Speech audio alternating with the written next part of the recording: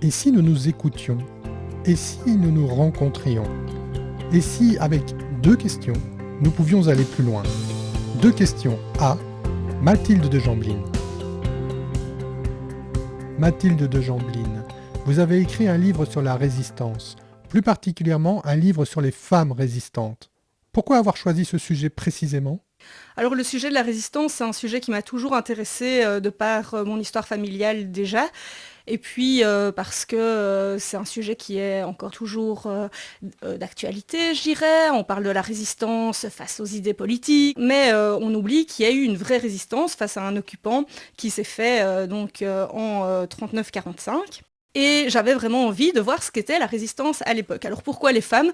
C'est peut-être parce que je suis une femme avant tout, mais c'est aussi parce que voilà, des livres sur la résistance, en règle générale, il y en a déjà eu des centaines, si pas des milliers.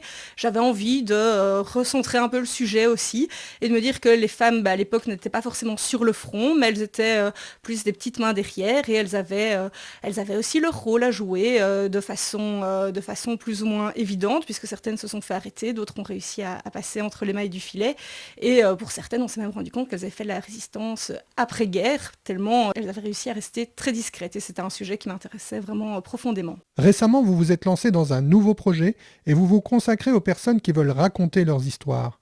Vous en faites un écrit, un livre. Que cela vous apporte-t-il? Mais comme mon livre Les femmes dans la résistance, j'avais envie de transmettre en fait des histoires. Alors il y a des histoires magnifiques, des histoires de héros, des histoires qui sont connues de tout le monde, mais il y a aussi des histoires un peu plus anonymes et des histoires qui malheureusement vont mourir un jour avec la personne qui les porte. Et je trouvais ça très très très très triste. Et donc j'avais envie de permettre à des personnes, qu'elles soient en fin de vie ou pas du tout, qu'elles aient juste envie de transmettre un message, une histoire qui peut leur paraître parfois insignifiante, mais qui, pour leurs descendants, a toute son importance. On aime toujours savoir d'où on vient. J'avais envie de permettre à ces personnes de se raconter. Elles n'ont pas forcément le temps de le faire. Elles savent peut-être pas par où commencer. Elles n'ont peut-être pas forcément les capacités d'écrire.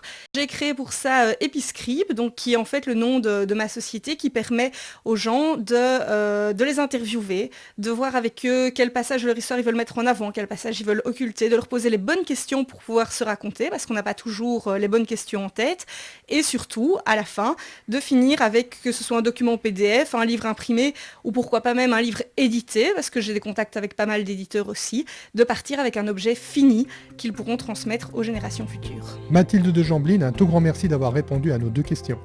À bientôt. Bonjour à tous et bienvenue dans Deux questions A. C'est un nouveau petit concept, c'est une nouvelle capsule web que je tenais à mettre en place. Ça trotte dans ma tête depuis un moment et puis les idées se sont concrétisées là depuis décembre. Et en recevant Mathilde de Jambline, je me suis dit bon allez, c'est le moment de le lancer. On va faire cette mini interview qui va se composer de deux questions. Et au cours de deux questions, on va essayer, je dis bien essayer, d'en connaître un peu plus sur notre invité et de savoir ce qu'il fait dans la vie et ce qui le motive et ce qui nous permet, nous, de mieux le connaître et d'avoir plus d'informations et d'avoir une plus grande visibilité sur les personnes puisque les réseaux fourmillent de partout, mais il n'y a pas un moment où on s'arrête vraiment, on s'arrête pour écouter les autres. J'ai envie, moi, d'aller à la rencontre de plein de personnes et de vous partager ces rencontres parce qu'il y en a des sacrément belles. Et en 2022, je vous en promets des très très belles. Merci beaucoup et encore une bonne année et à bientôt sur Deux questions A.